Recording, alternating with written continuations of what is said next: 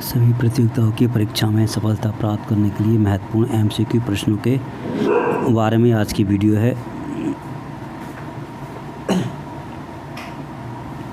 उस वाल्व का क्या नाम है जो बाएं वेंट्रिक्स और बाएं अलिंद के बीच स्थित है? ऑप्शन ए दीर्घपर्दी महाधमनी, ऑप्शन सी फेफड़े, option D bike speed. First question के चार ऑप्शन थे ये, और सही आंसर इसका बाइक स्पीड। और इसी के साथ साथ इन आंसर के डिस्क्रिप्शन भी नीचे लिखे गए हैं, जो इस प्रकार है। बाएं वेंट्रिकल और बाएं अलिंद के बीच स्थित वाल्व को बाइसेपिड वाल्व कहा जाता है।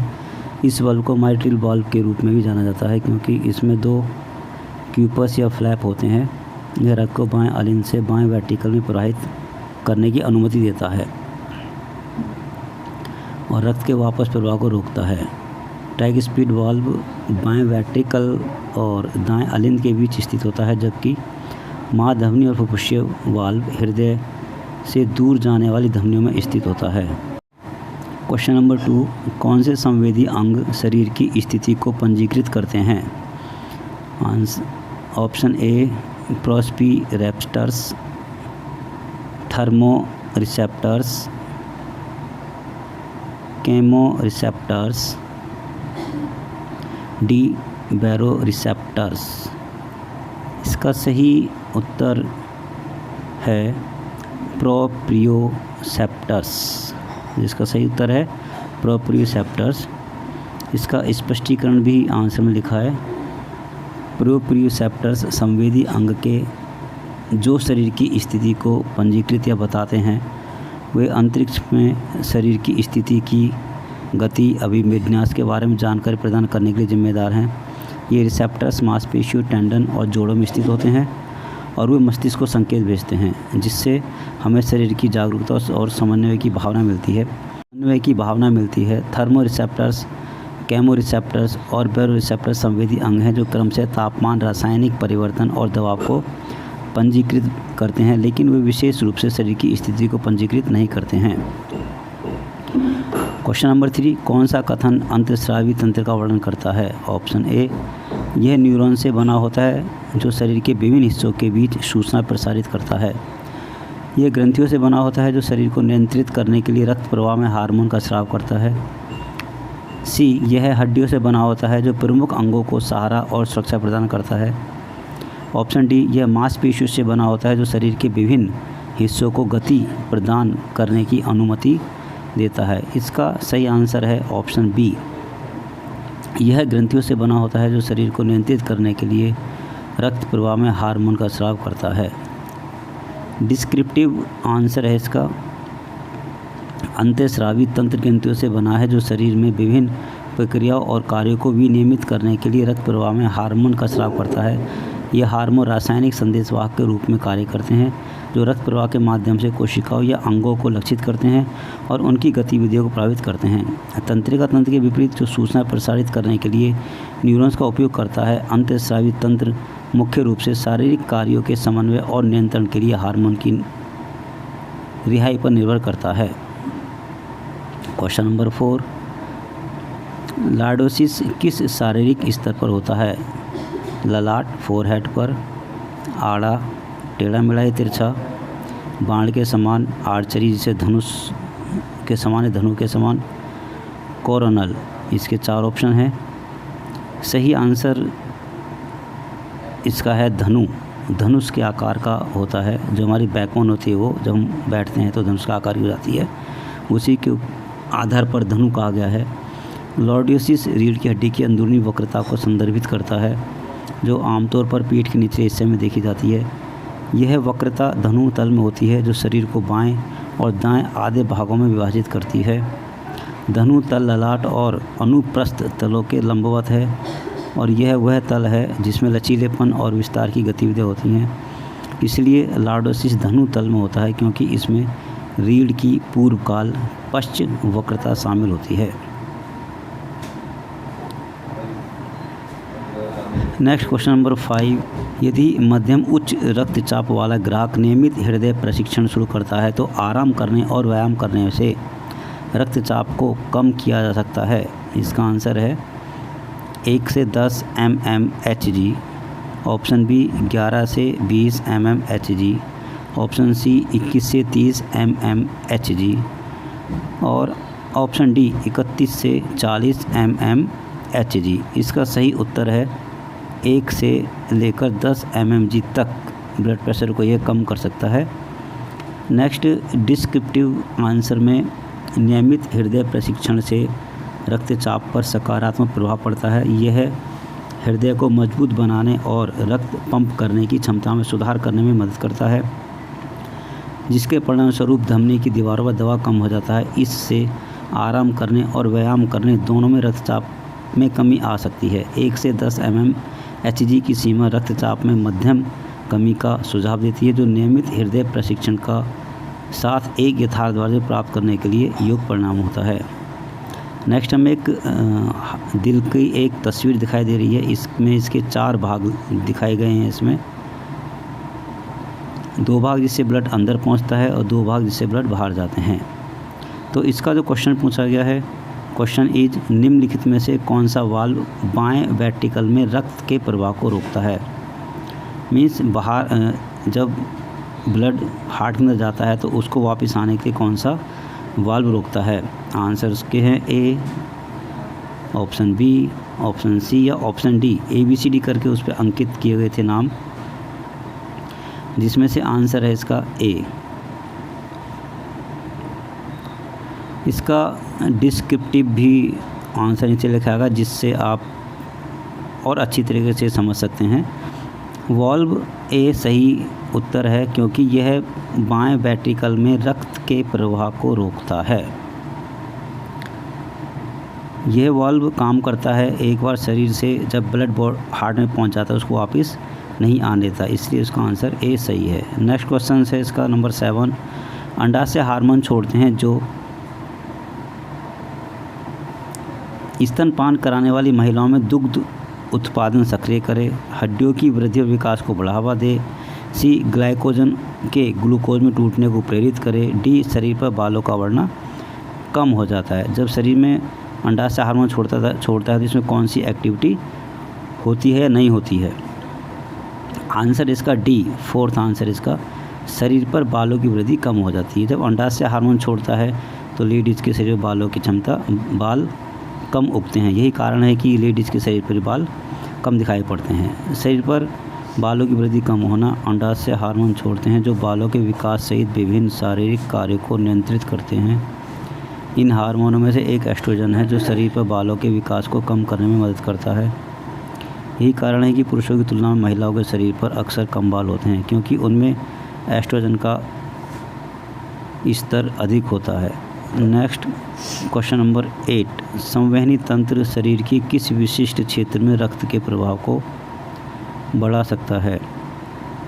ऑप्शन ए, शरीर के उस क्षेत्र तक जाने वाली धमनियों के बहिका संकुचन द्वारा, ऑप्शन बी, शरीर के उस क्षेत्र तक जाने वाली शिराओं के वासोडिलेशन द्वारा, ऑप्शन सी, शरीर के उस क्षेत्र तक जाने वाली शिराओं के बहिका संकुचन द्वारा, ऑप्शन डी, शरीर के उस क्षेत्र तक जाने वाली धमनियों के वासोडिलेशन द्वारा।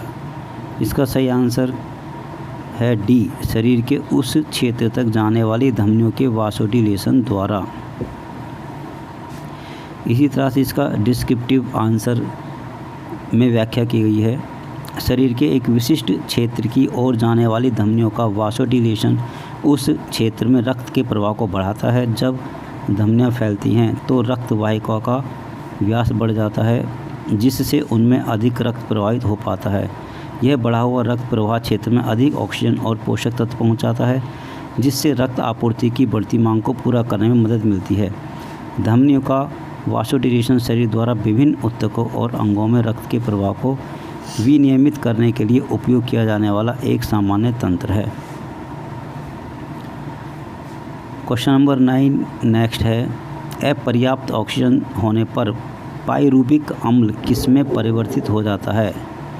ऑप्शन ए, दुग्धाम्ल, option B creatine, option C CO2 carbon dioxide, option D ADP। इसमें से कौन सा सही आंसर है? Answer is A lactic acid. इसका ए आंसर सही है, लैक्टिक एसिड। डिस्क्रिप्शन में आंसर इसका है अपर्याप्त ऑक्सीजन होने पर पायरुविक एसिड लैक्टिक एसिड में परिवर्तित हो जाता है, बदल जाता है। इस प्रक्रिया को एनारोबिक ग्लाइकोलाइसिस कहा जाता है और यह कोशिका के साइटोप्लाज्मा में होता है। अवायवीय स्थिति के दौरान जैसे कि गहन व्यायाम pyruvic acid enzyme lactic dehydrogenase द्वारा लैक्टिक एसिड में परिवर्तन हो जाता है। यह कोशिकाओं को ऑक्सीजन की अनुपस्थिति में ATP ऊर्जा का उत्पादन जारी रखने की अनुमति देता है। लैक्टिक एसिड मांसपेशियों में जमा हो सकता है जिससे थकान और मांसपेशियों में दर्द हो जाता है। और देखा भी होगा कि प्लेयर को अधिकतर थकान मांसपेशियों में दर्द इसी कारण से होता है। क्वेश्चन नंबर 10 कौन सा कथन व्यायाम के अल्पकालिक प्रभाव का वर्णन करता है? ऑप्शन ए सिस्टोलिक रक्तचाप में कमी, स्ट्रोक की मात्रा में कमी, व्यायाम की तीव्रता के लिए सिस्टोलिक रक्तचाप में वृद्धि अवास्तविक है, या नंबर डी व्यायाम की तीव्रता से संबंधित सिस्टोलिक रक्तचाप में वृद्धि। सही आंसर है इसका व्यायाम की तीव्रता से संबंधित सिस्टोलिक रक्तचाप में वृद्धि होना। स्पष्टीकरण में आंसर व्यायाम के दौरान शरीर को अधिक ऑक्सीजन और पोषक तत्वों की आवश्यकता होती है जिससे हृदय प्रणाली पर मांग बढ़ जाती है। परिणामस्वरूप हृदय को इस मांग को पूरा करने के लिए अधिक रक्त पंप करने की आवश्यकता होती है जिससे सिस्टोलिक रक्तचाप में वृद्धि होती है। व्यायाम की तीव्रता या व्यायाम की तेज़ी से इस वृद्धि की सीमा को निर्धारित किया जा सकता है, इसलिए सही उत्तर है व्यायाम की तीव्रता से संबंधित सिस्टोलिक रक्तचाप में वृद्धि। क्वेश्चन नंबर 11 मांसपेशी की बाहरी परत का वर्णन करने के लिए किस शब्द का प्रयोग किया जाता है? एंडोमाइसियम, एपिमीशियम, पेरिओस्टेम या पेरीमीशियम। सही आंसर है इसका ऑप्शन बी एपिमीशियम। एपिमीशियम इसका सही आंसर है। इसका स्पष्टीकरण उत्तर भी दिया गया है। एपिसीएम सही उत्तर है क्योंकि यह मांसपेशियों की बाहरी परत को संदर्भित करता है। यह एक घना संयोजी ऊतक है जो संपूर्ण मांसपेशी को घेरे रहता है, सहायता और सुरक्षा प्रदान करता है। एपिमीशियम मांसपेशियों को आसपास की संरचनाओं से भी जोड़ता है और संकुचन के दौरान मांसपेशियों द्वारा उत्पन्न बल को संचारित करने में मदद करता है। क्वेश्चन नंबर 12 कौन सी गतिविधि मुख्य रूप से धीमी ऑक्सीडेटिव मोटर इकाइयों की भर्ती करती है? ऑप्शन ए दौड़ लगाते समय, ऑप्शन बी फेंकने या फेंकते समय, ऑप्शन सी चलते समय, ऑप्शन डी जंपिंग कूदना कूदते समय। आंसर इज इसका सही है चलना, वॉकिंग करना, ना कि दौड़ना। इसका स्पष्टीकरण भी उत्तर है चलना मुख्य रूप से धीमी ऑक्सीडेटिव मोटर इकाइयों की भर्ती करता है क्योंकि यह एक कम तीव्रता सहन शक्ति आधारित गतिविधि है जिसके लिए लंबे समय तक निरंतर मांसपेशियों की संकुचन की आवश्यकता होती है। ऑक्सीडेटिव मोटर इकाइयाँ निम्न स्तर के बल उत्पन्न करने के लिए जिम्मेदार होती हैं, लेकिन उनमें थकान के प्रति उच्च प्रतिरोध होता है जो उन्हें चलने जैसी गतिविधियों के लिए आदर्श बनाता है जिनमें अधिक शक्ति के बजाय धीरज की आवश्यकता होती है। क्वेश्चन नंबर 3 कौन सा कथन व्यायाम के दौरान सिस्टोलिक रक्तचाप प्रतिक्रिया को दर्शाता है या उसका वर्णन करता है? ऑप्शन ए एक स्वायत्त तंत्रिका तंत्र के प्रभाव में घट जाती है, यह स्वायत्त तंत्रिका तंत्र के प्रभाव में बढ़ता है, यह दैहिक तंत्रिका तंत्र के प्रभाव में घट जाती है, यह दैहिक तंत्रिका तंत्र के प्रभाव में बढ़ता है। ऑप्शन बी इसका सही आंसर है, यह स्वायत्त तंत्रिका तंत्र के प्रभाव में बढ़ता है। स्पष्टीकरण उत्तर व्यायाम के दौरान शरीर को अधिक ऑक्सीजन और पोषक तत्वों की आवश्यकता होती है जिससे हृदय गति और कार्डिक आउटपुट में वृद्धि होती है। स्वायत्त तंत्रिका तंत्र उन शारीरिक प्रतिक्रियाओं को विनियमित करने में महत्वपूर्ण भूमिका निभाते हैं। विशेष प्रकार से स्वायत्त तंत्रिका तंत्र की सहानुभूति शाखा सक्रिय हो जाती है, जिससे वही का संकीर्ण होता है और हृदय गति बढ़ जाती है, जिससे सिस्टोलिक रक्तचाप बढ़ जाता है। इसलिए कथन यह स्वायत्त तंत्रिका तंत्र के प्रभाव में बढ़ता है। व्यायाम के दौरान सिस्टोलिक रक्तचाप प्रक्रिया का सटीक वर्णन करता है। जब हम कोई भी एक्सरसाइज करते हैं या फास्ट तेज़ दौड़ते हैं तो हमारी हार्ट की जो बीट है, रक्तचाप वो बढ़ जाता है। क्वेश्चन नंबर 14, निम्नलिखित में से कौन सी मांसपेशी पसलियों और इलियाक शिखा से नहीं जुड़ती है? ए बाहरी तिरछापन, बी अनुप्रस्थ एब्डोमिनस, ऑप्शन सी आंतरिक तिरछापन, D rectus abdominis. Right answer is rectus abdominis, इसका सही आंसर है। नेक्स्ट क्वेश्चन नंबर 15, कोर स्थिरता प्रशिक्षण का एक लाभ है। जोड़ों में शिथिलता का खतरा बढ़ जाता है। बी हड्डियों का घनत्व कम होना है। नंबर सी कार्डियक आउटपुट में वृद्धि हो जाती है। ऑप्शन डी बेहतर संतुलन होता है। 4 ऑप्शन में से कौन सा सही आंसर होगा? जब तक इसका आंसर आते इतना आप गैस कर सकते हैं। आंसर डी बेहतर संतुलन, शरीर का बहुत अच्छा बैलेंस से संतुलन बनता है, जिससे कि व्यक्ति असंतुलित होकर गिरता नहीं है। कौन सी क्वाड्रिसेप मांसपेशी 2 जोड़ों को पार करती है? नंबर 1 वास्तु मध्यस्थ, option B vastus medialis, option C साहस की भावना, ऑप्शन डी रेक्टस फेमोरिस। इसका सही जो उत्तर है वो है रेक्टस फेमोरिस, इसका बिल्कुल सही आंसर है। Question number 17, next question is coming. हमें नेक्स्ट क्वेश्चन में हार्ट की फ़ोटो दिखाई दे रही है।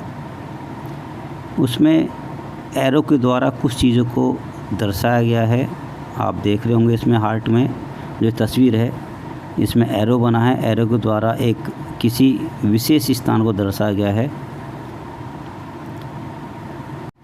इस एरो के द्वारा इस आकृति में दिखाए गए अंग का नाम पूछा गया है। तीर किस संरचना की ओर इशारा कर रहा है?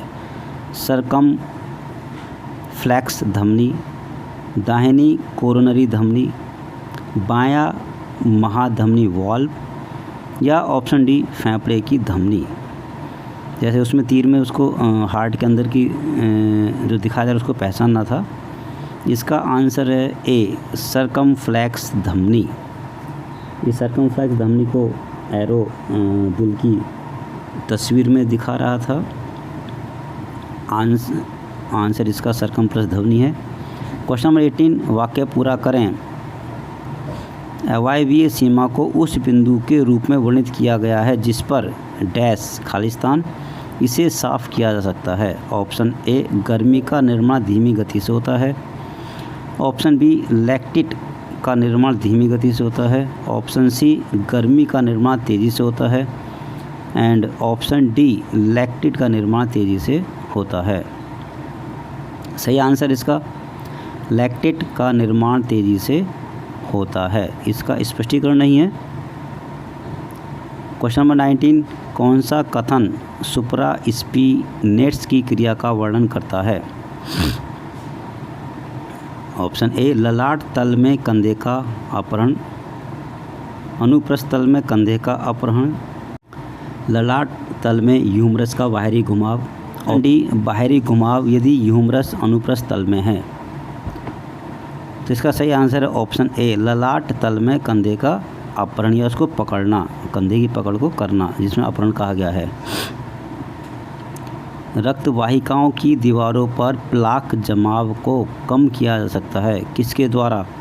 लाल मांस का नियमित सेवन करने से, जेनेटिक कारण होता है, धूम्रपान से, या ऑप्शन डी एक सक्रिय जीवन शैली के द्वारा। प्लाक जमाव को कैसे कम किया जा सकता है? इसका सही आंसर एक सक्रिय जीवन शैली।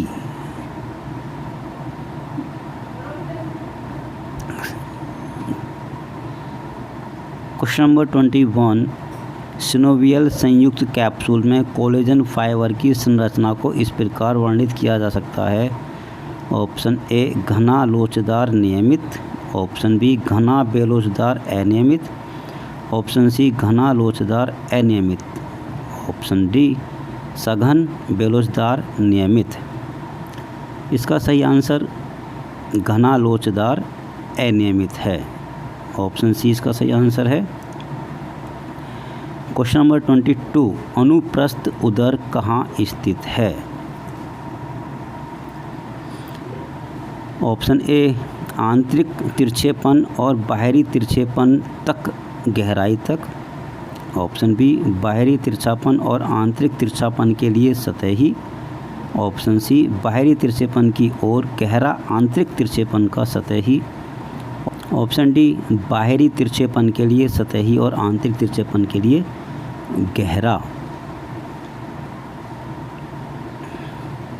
23, कौन सी मांसपेशी कशेरुक स्तंभ में विस्तार में योगदान देती है? Pectineus, multifidus, levator scapulae, option D rectus abdominis. सही आंसर इसका ऑप्शन बी मल्टीफिट्स। मल्टीफिट्स इसका सही आंसर है। क्वेश्चन नंबर 24, वाक्य को पूरा कीजिए। PNF स्ट्रेचिंग के दौरान मांसपेशियों की छूट को उत्तेजित करता है। डैश।